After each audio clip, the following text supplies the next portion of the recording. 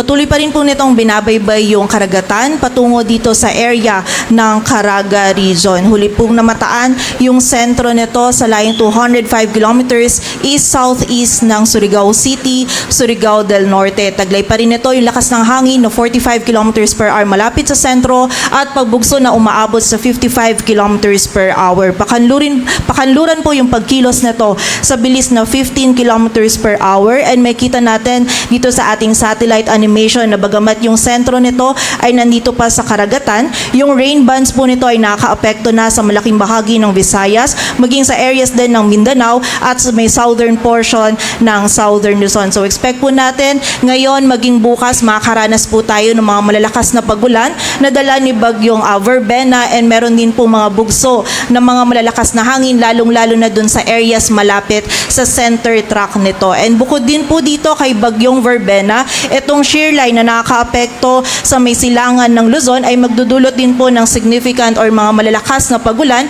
mostly sa malaking bahagi or sa eastern section din ng northern at central Luzon. So malaking bahagi po ng ating bansa yung pinag-iingat natin dahil po lalong-lalo na sa mga pagulan na dulot ng shear line at ng bagyong Verbena.